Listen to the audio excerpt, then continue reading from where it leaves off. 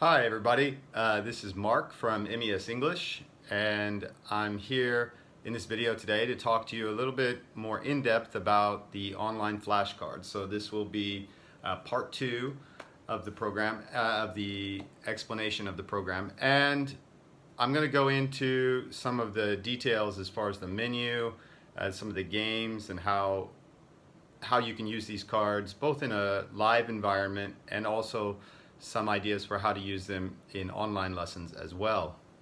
So just quickly what we're talking about here, again, this is the program on mesenglish.com, and it has the large flashcards. A bat.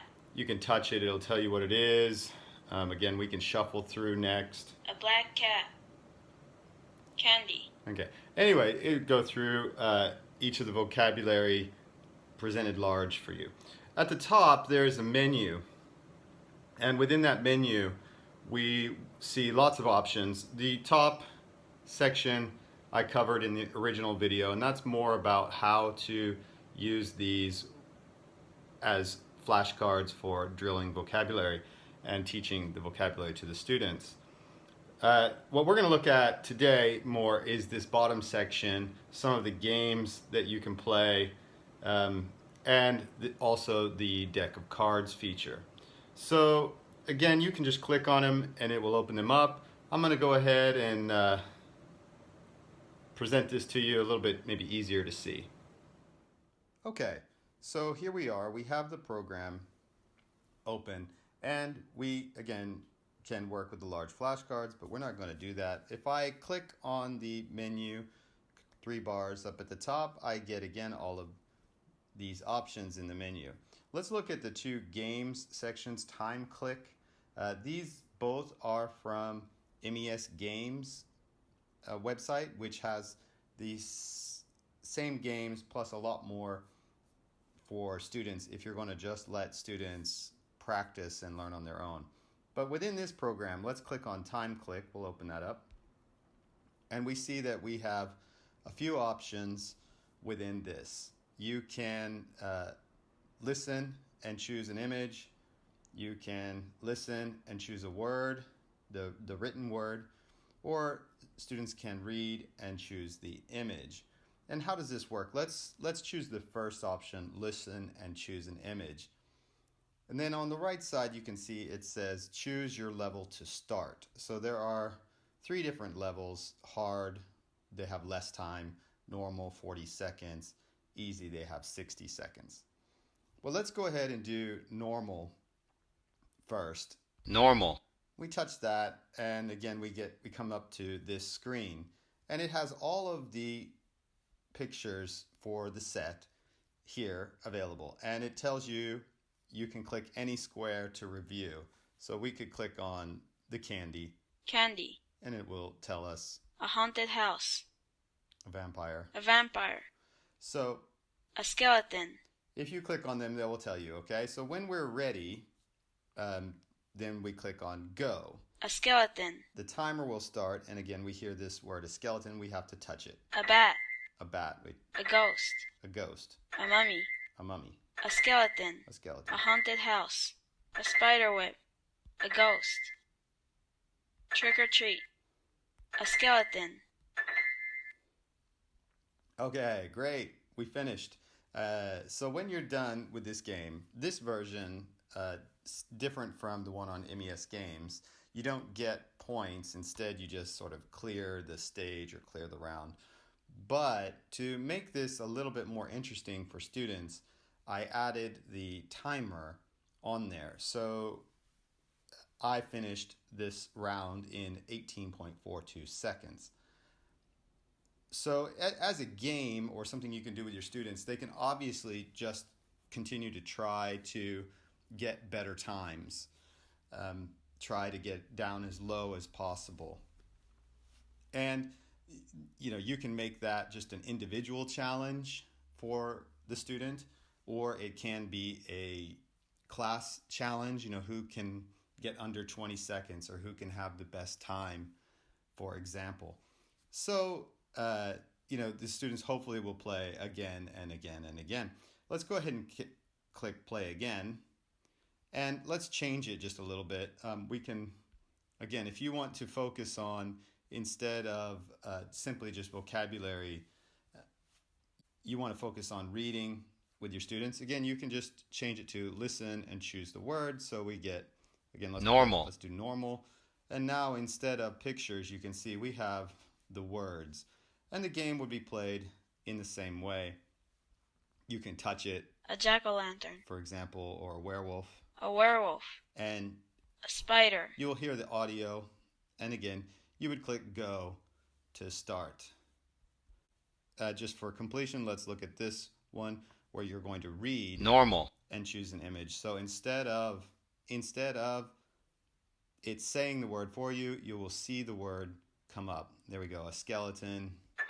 You could touch it. A haunted house. A witch. A werewolf. Like that. Oh, let's just finish it up.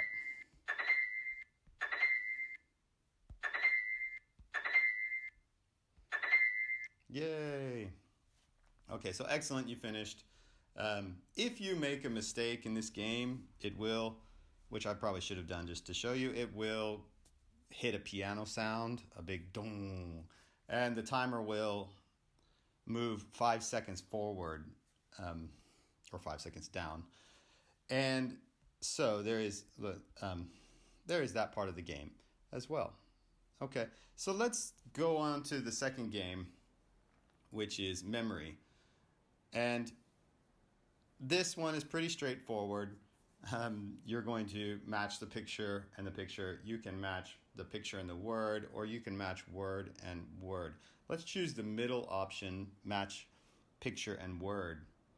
So click that. We come to this screen. And you're going to choose just a card. Trick or treat. A ghost. A ghost. Oh, look at that. A ghost. A ghost. A ghost. And at the top, it gives you how many attempts you've already taken. And I've already gone... Trick or treat. I've already gone 2. Now that's 3. A spider web. A haunted house. A skeleton. Candy. A haunted house. Candy. No. A skeleton. Okay, so witch. as you go through this game... Candy. A bat. A witch. You play it out. A mummy. Ah. A mummy. A spider web.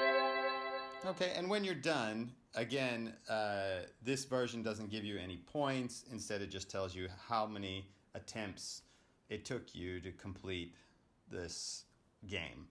So, as a class activity or on a personal level, you can have them try to get the best finish possible. So obviously the lowest number, who can get under 15, or and who can have the lowest score. So those two games, let's stop that. Those two games are kind of straightforward. You can, again, play them with the students. You can play them on your own. The students can play them on their own if they have access to a device. In an online environment, they would be able to use these as well, possibly with allowing the user to control your screen, in which case you could both be playing one at a time. Especially memory, even if you want to play this memory game as in turns and keep track of how many matches each person got, you could also play it that way. Okay, all right, so we saw those two games and how they could be played. And I want to look at this feature here, these deck of cards. These are both the same in how they function, just you have the option of one has images on all the cards and the second has text, and it says that with images and with text on the icon here. So let's touch this and see what we get. All right, again, you get this screen. It says deal the cards. I could have had him deal it, but it's kind of fun to, see him come out, I think. Anyway, we're going to deal the cards, and we're going to be able to pull up one card at a time. So again, we have these rows and columns. If you are doing this online, you can you can basically get the kids to control which card comes up in a screen share opportunity, in a screen share sort of environment. And if you want to allow them to choose it with verbal commands, one of the easiest ways to do this is to assign the rows as A, B, C. Okay, and then the columns as 1, 2, 3, 4, 5. Once your students get used to this system, it's a lot easier to say, oh, this is B3, this card, or C4.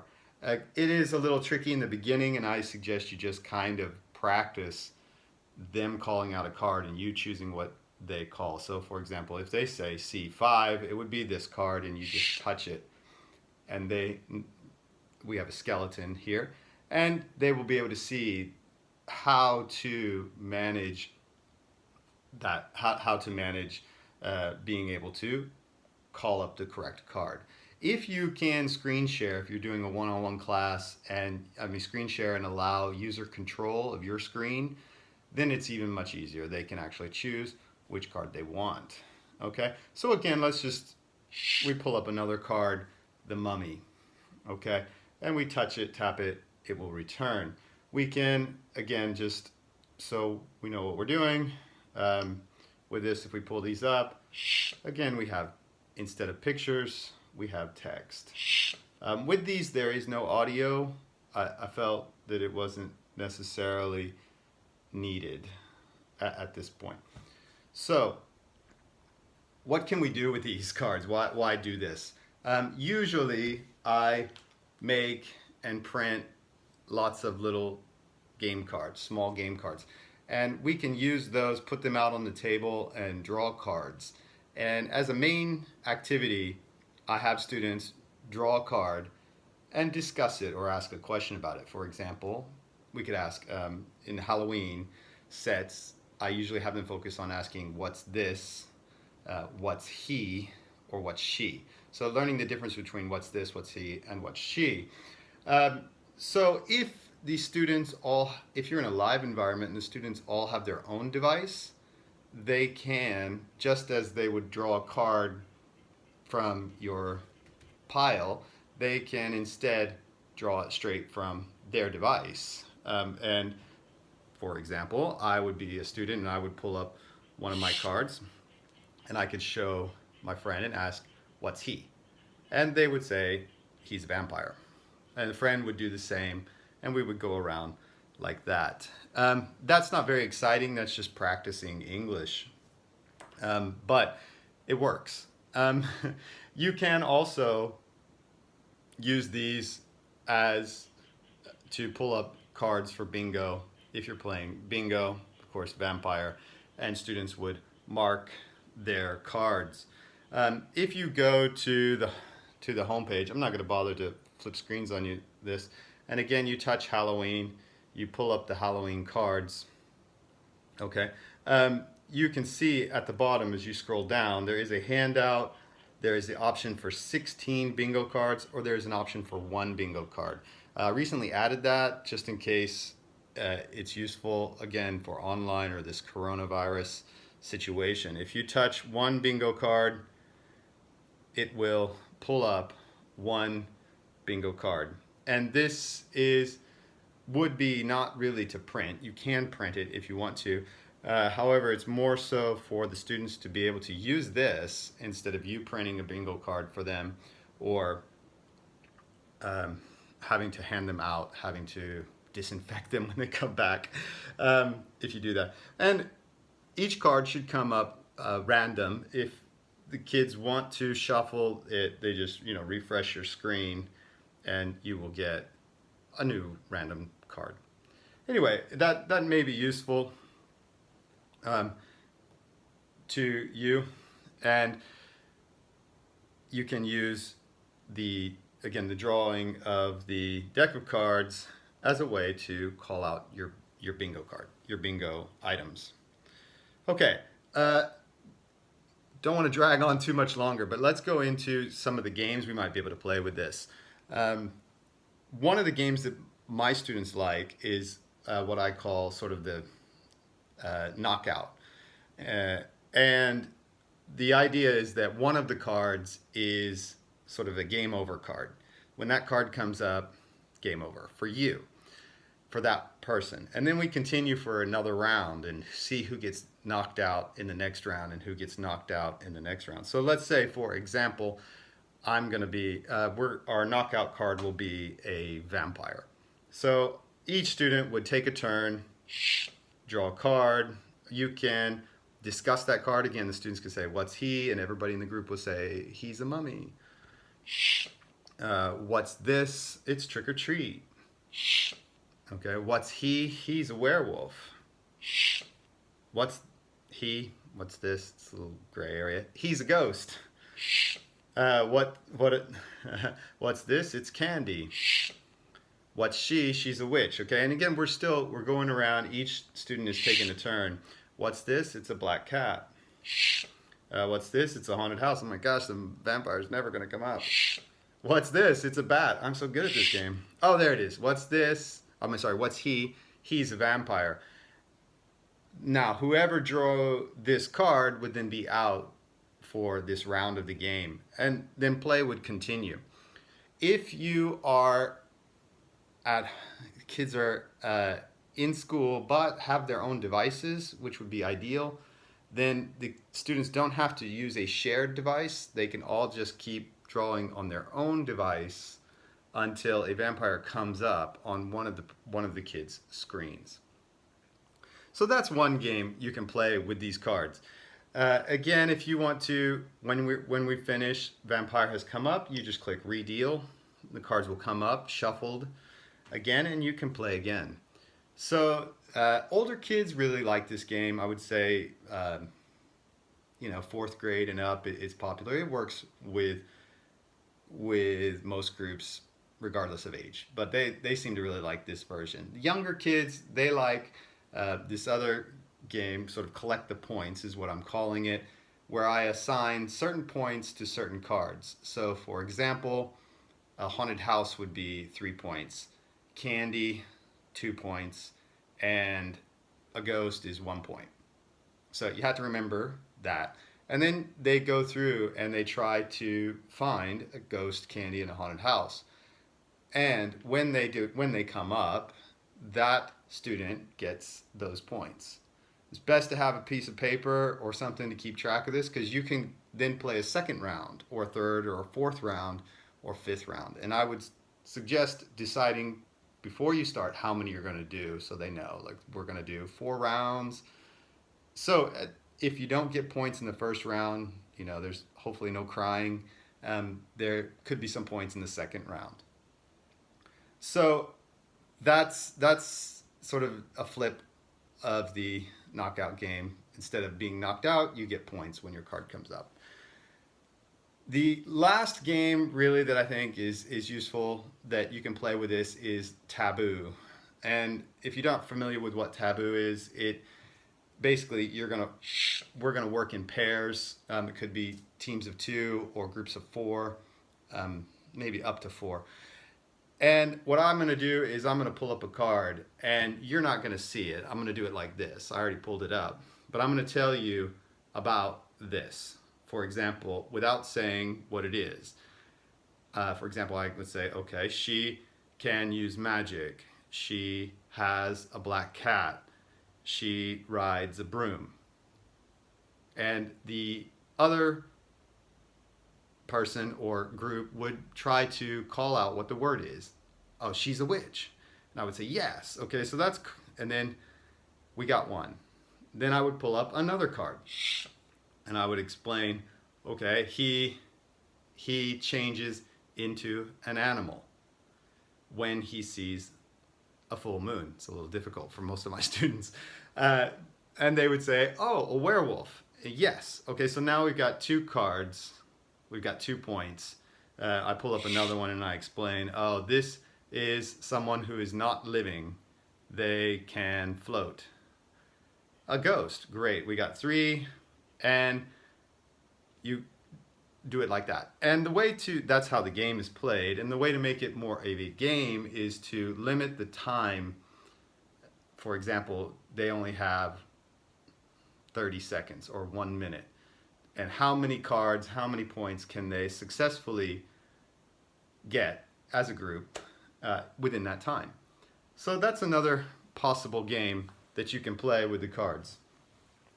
So hopefully that has been helpful. You can see some of the things that you can do with these cards. If you really want to give control over the students and let the students play, I highly recommend you use MES games instead of the online flashcards. Again, the online flashcards are really meant to be sort of teacher-centered or teacher-controlled environment. I did add those few games and those few activities that students can do on their own, like memory and the time click. But both of those are available on MES games with also a lot of other options, plus the ability to sort of go further in depth. Again, hopefully this was helpful. If you have any problems or questions about the online flashcards, absolutely leave a comment, send me an email. I'd be glad to hear from you.